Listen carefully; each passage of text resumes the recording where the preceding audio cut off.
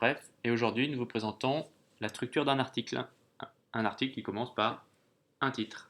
Oui, un titre qu'on va trouver du coup tout en haut, donc qui va nous permettre en fait, de savoir de quoi ça parle.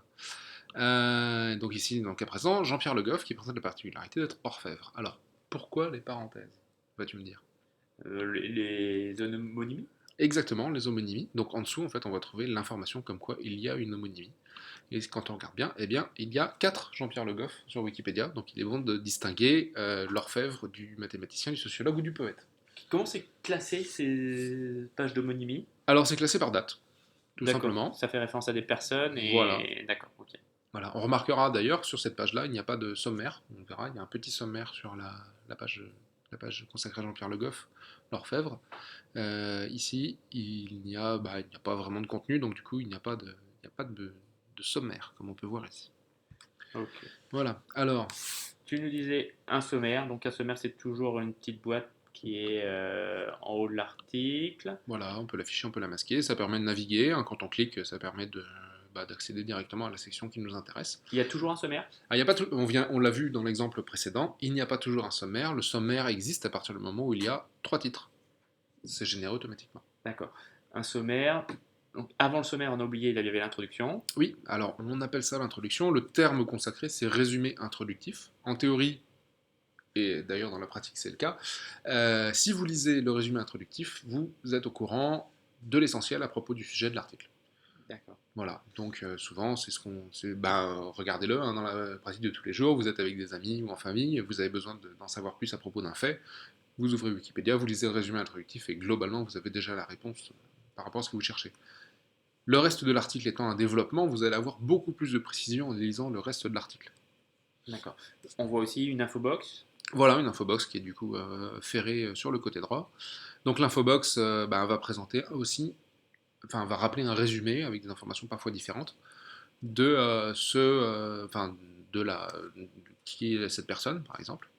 D'accord. Tu disais ferré, c'est en fin de compte, il y a un emplacement privilégié pour les infobox. Ah ouais, les infobox sont toujours à droite. D'accord. On va souvent aussi avoir les images qui vont être ferrées à droite. C'est lié au sens de lecture, hein, vu qu'on lit de la gauche vers la droite, les images se trouvent au bout.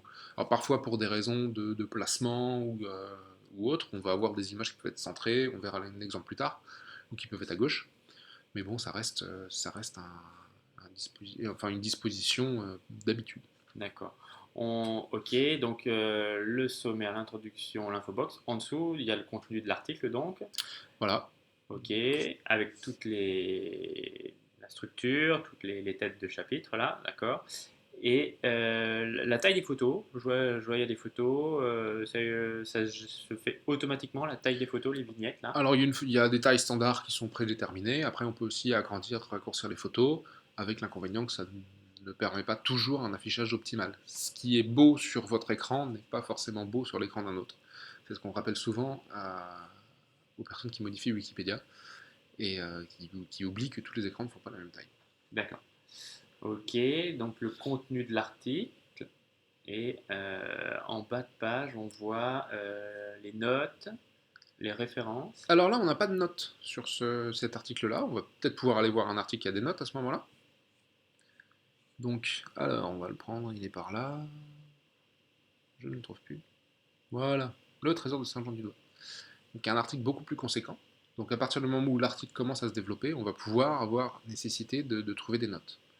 Donc dans le cas présent, concernant cet article-là, c'est un trésor d'orfèvrerie, donc il y a plein de pièces à l'intérieur, et il y a plusieurs ensembles de calices et patelles. Donc il y a un calice numéro 2, un calice numéro 4, un calice numéro 3. Si je regarde ce calice, le premier, il porte une note. Et en fait, cette note, quand on clique dessus, va nous expliquer que la numérotation des calices est celle qui a été définie par 2 chercheurs qui ont travaillé sur l'article. C'est quoi la petite flèche qu'on peut Alors voir à côté du 1, du 2? la petite flèche, quand la référence, c'est valable aussi bien pour les références que pour les notes, si la référence est unique, en cliquant sur la flèche, vous allez pouvoir remonter directement à la note correspondante. Donc ici la note numéro 6, si je veux redescendre, j'aurai accès directement à la note numéro 6. Si je veux remonter sur la note numéro 4, je clique sur la flèche et me voilà sur la note numéro 4. D'accord. Mais quand il y a plusieurs notes, on a A, B, C, D, E. Et si je veux avoir par exemple Premier appel de la note numéro 1, la flèche ne marche pas. Par contre, il va falloir cliquer sur le A pour avoir la première fois où cette note est affichée. Ensuite sur le B pour avoir la deuxième fois où cette note est affichée, etc. D'accord, ok. Ok. Après les références. Alors les références sont disposées en bas, ça va dépendre de la présentation des articles. Tous les articles ne vont pas fonctionner de cette manière-là. L'article que l'on a ici va présenter ses références bibliographiques avec en dessous les appels de notes. Pareil, vous pouvez cliquer sur les flèches pour voir remonter là où vous en avez besoin. Donc ici, il y a une référence, deux références, trois références, 4, 5 et 6, plus ensuite des références supplémentaires qu'on peut séparer. Donc là, on est déjà dans un développement qui est assez important au niveau de l'article. On peut aller regarder rapidement un autre article sur lequel on aura des références qui sont beaucoup plus simples. Voilà, ici par exemple les références, ça c'est le cas que vous aurez le plus souvent. Les références sont juste groupées en bas dans une section qui s'appelle références. D'accord. J'ai vu en haut à droite, il y avait des données géographiques. Oui, alors là sur l'église, c'est une église, hein, donc l'avantage des églises c'est qu'elles ne bougent pas tous les jours, donc on peut se permettre de les géolocaliser.